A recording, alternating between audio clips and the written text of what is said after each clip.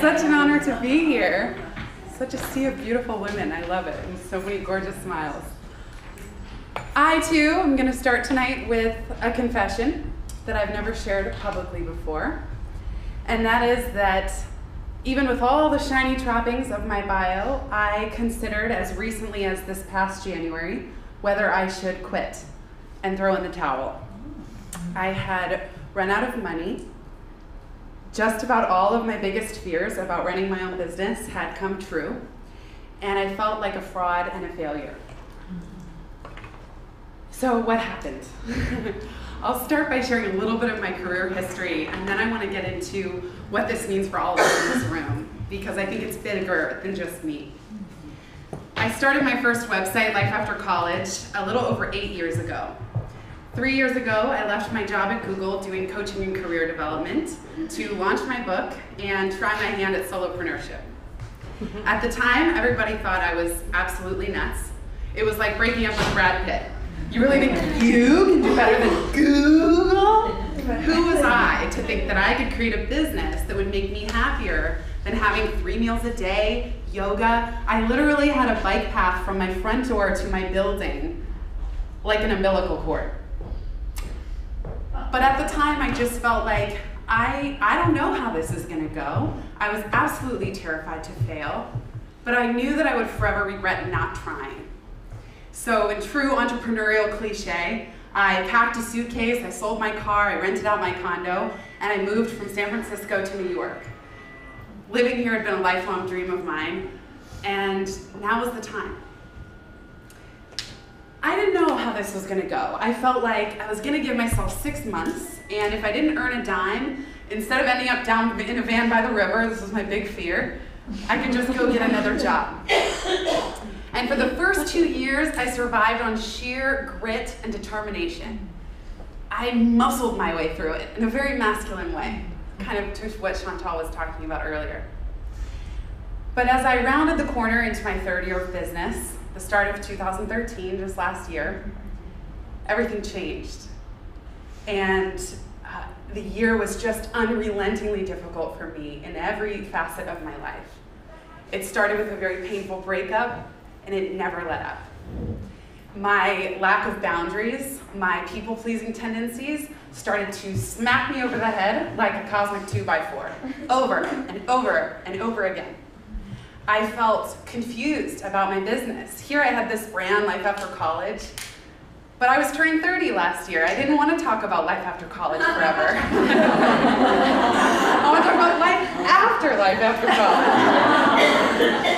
And so for my whole life, I've been very driven and I enjoy working and career.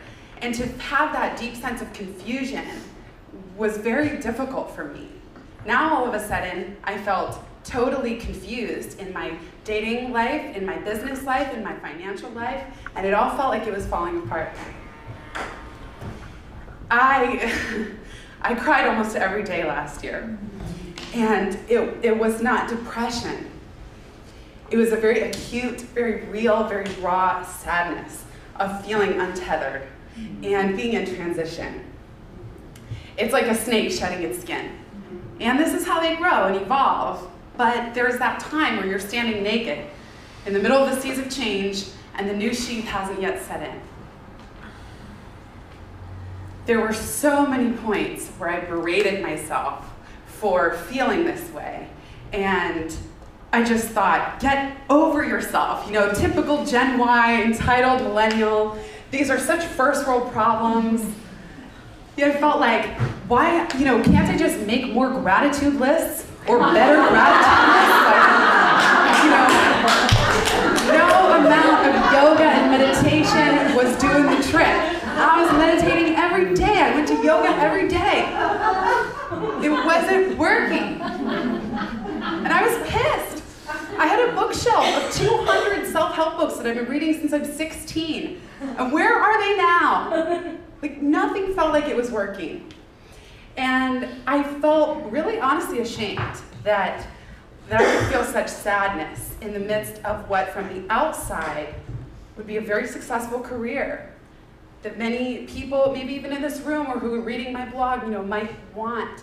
And why was I the ungrateful person in the middle of it that couldn't feel happy? You know, and I kept telling myself, like, suck it up, you know, we're the masculine, like, suck it up. But is that the answer? Is that really the way to do this? When you feel that soul's calling, that there's more out there for you, and you feel that hunger and that in your heart and your gut, is the answer just to shut up and put up and succumb to the status quo and just soldier on? No, absolutely not. And I've dedicated the last 10 years of my career to studying, reading, researching, writing, speaking, coaching about a better way forward for our careers, a way that we can find more meaning. Because I went through so many of my own cycles of burnout, crash, recover, always looking for other people to validate me, always feeling that my worth was tied to my achievements. And so part of what I discovered during this last year, because you better believe I read everything I could get my hands on, every Buddhist text, every text about everything about the economy and what's going on. And what I discovered was that there are very large tectonic shifts happening in our society, in our economy, and in the historical context that we're in, that we may feel isolated and alone on an island when we're going through this kind of change and transition.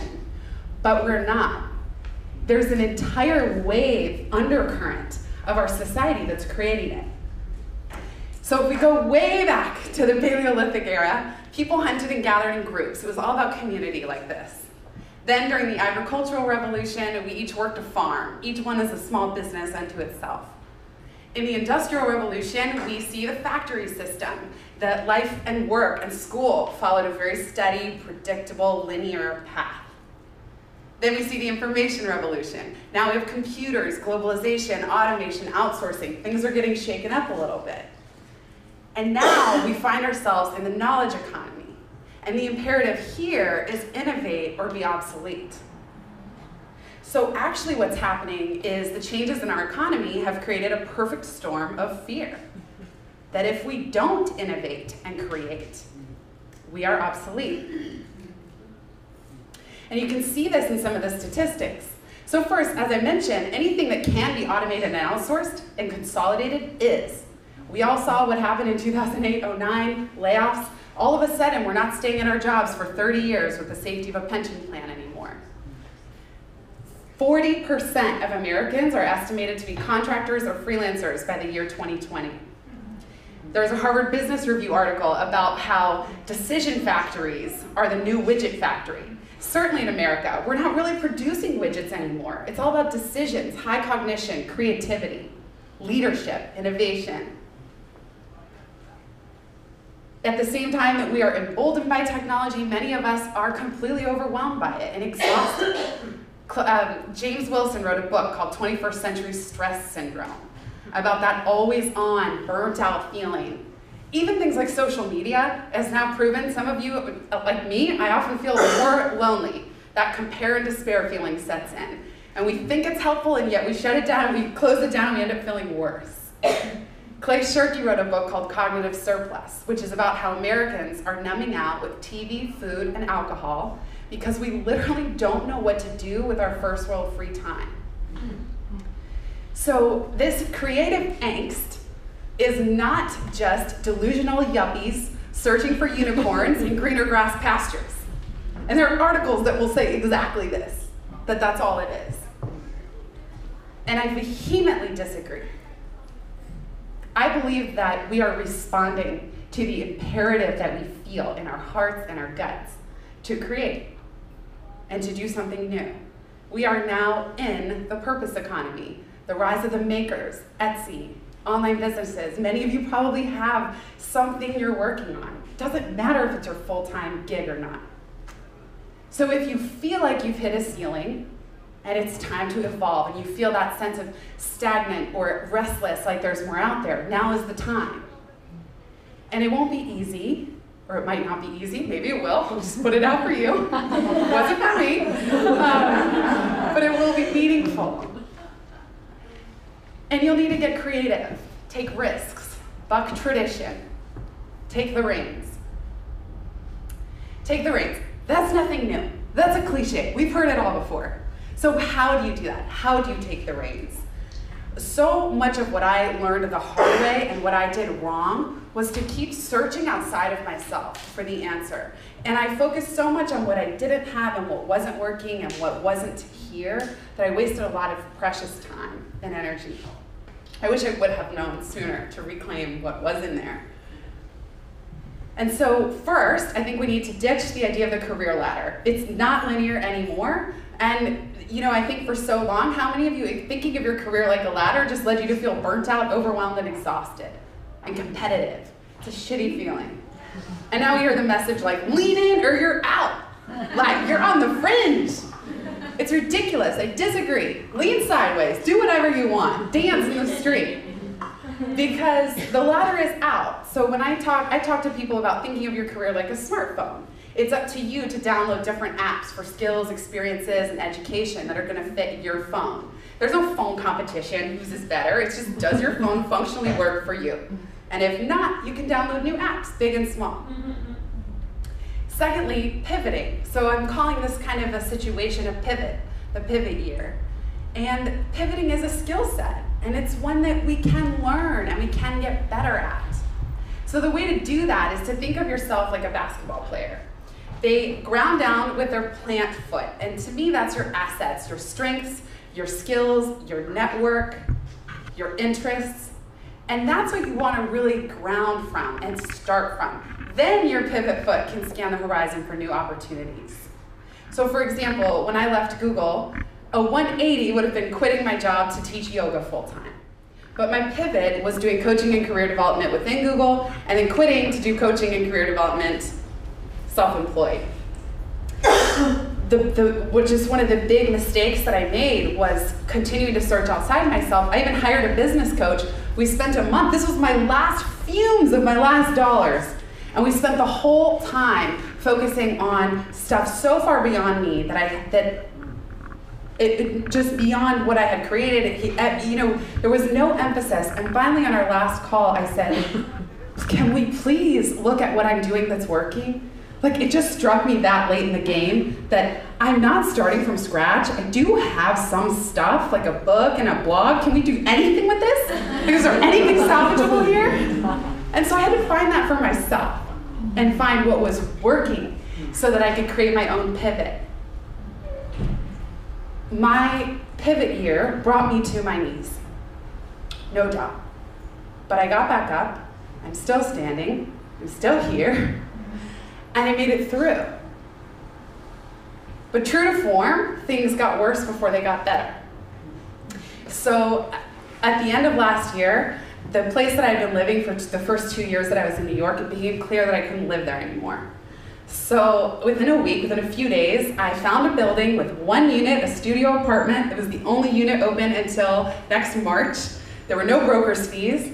I had a full day of coaching calls back to back, but I threw on something, took the subway down, looked at it, 10 minutes, walked around, said, I'll take it. At this point, I didn't really have the money to do this, but life circumstances were dictating that now was the time. And I asked myself, do I deserve to be here in New York, my dream city, my soul city? I don't know. But I thought I might as well give it a shot. So I then trucked it up to the leasing office from this neighborhood up to 65th, filled out the application, didn't know if I'd get it. Entrepreneurs is kind of hard here in New York. And I was approved, but in order to get the apartment, I had to give first month's rent, and then because I was an entrepreneur, 3 months worth of a security deposit. So I cleared out every last remaining dime of my savings account. Again, like, somehow created my own world of little entrepreneurial cliches. But every last dime, I didn't think that was gonna happen to me. I'm pretty careful with my money. I had been clutching to that savings account for sweet dear life for the last 3 years. And now is the time to let it go. And this was putting me face to face with one of my biggest fears. And supporting myself financially has always been very important to me, that I vowed not to stay in a job or relationship because I can't afford to leave. And to wipe that out meant that there were no more options. This is now or never. There's no more margin for error. And a couple weeks later, I'm sitting in my apartment. I call up Vanguard, my 401k company. This is truly Plan Z. And I'm talking to them about, I'm on the brink of cashing it out because my rent doubled overnight, but my business didn't double overnight with it. So I'm talking to the guy, I'm asking about all the fees, I'm sick to my stomach. And I was willing to cash this out, again, like go to 000, but I couldn't. I just said, give me one more week to myself. I'm gonna give this one more week. And it's not like I won the lottery. It'd be so nice to tell you that in that week I won the lottery and a bolt came down from the sky. I did find 2 invoices from coaching clients I hadn't accounted for. It bought me a week. And what I learned was something very important about myself. And I remember in that week, I was on the phone with a friend, and I said to her, I don't know how much more of this I can take. I'm sure you've all been there at times in your life where it's just you're beaten down and beaten down and beaten down. And I just said, something's got to change, and I can't do this much longer. But it was finally in those moments that I came to learn something about myself. And that was how committed I was to this path and to creating and to being of service. I realized that I was willing to go so low and still not quit and still not give up and face my fears. And in that moment, it really strengthened my resolve that I do want to do this work and I do want to be of service and I am going to fight to the death. New York and entrepreneurship will have to force me out, kicking and screaming, like I'm not going down without a fight. And I realized too that I was willing, I wanted to do everything in my power to know that I had tried. That was gonna be enough for me. So if I still failed and maybe wouldn't even be here speaking tonight, fine, as long as I knew that I tried everything I could do. So what happened? As I was preparing for this talk tonight, I went and looked at my finances. And the interesting thing is that my income, my average monthly income for the last 5 months has been double what it was for the 3 years prior. And that's not because of a miracle. It's because this whole thing really lit a fire under my ass to make a change and to get smart and to reach out to my community and to get a lot of support from a lot of amazing people and to focus on what was already working. That is when things started to change. That is how I built the bridge from 0 and back. I'm not all the way out through yet. I'm still pivoting. But what I came to realize from all this is that pivot is the new normal. And so let's stop seeing it as a crisis and start seeing it for what it is. It is the alchemy of opportunity. One of my favorite quotes and sayings is, that which you can plan is too small for you to live. So I invite you to consider 2 questions tonight. 1, what's possible for you in the land beyond your plans? And 2, what path is your fear pointing you toward? I really, truly believe I've become best friends with my fear and insecurity because they cozied up right next to me all year long. And I actually believe that instead of seeing these as negative qualities, our fear and insecurity and uncertainty are doorways. That they're a sign that you are on exactly the right track. You are doing something worthwhile, you are taking risks, you are innovating, you are doing things that haven't been done before. So when you feel like you are in the grip of despair, remember what Joan Baez once said, which is that action is the antidote of despair. And that instead of numbing out or shoving down or pushing them aside, follow the threads of your fear. Build first, then your courage will follow. Thank you.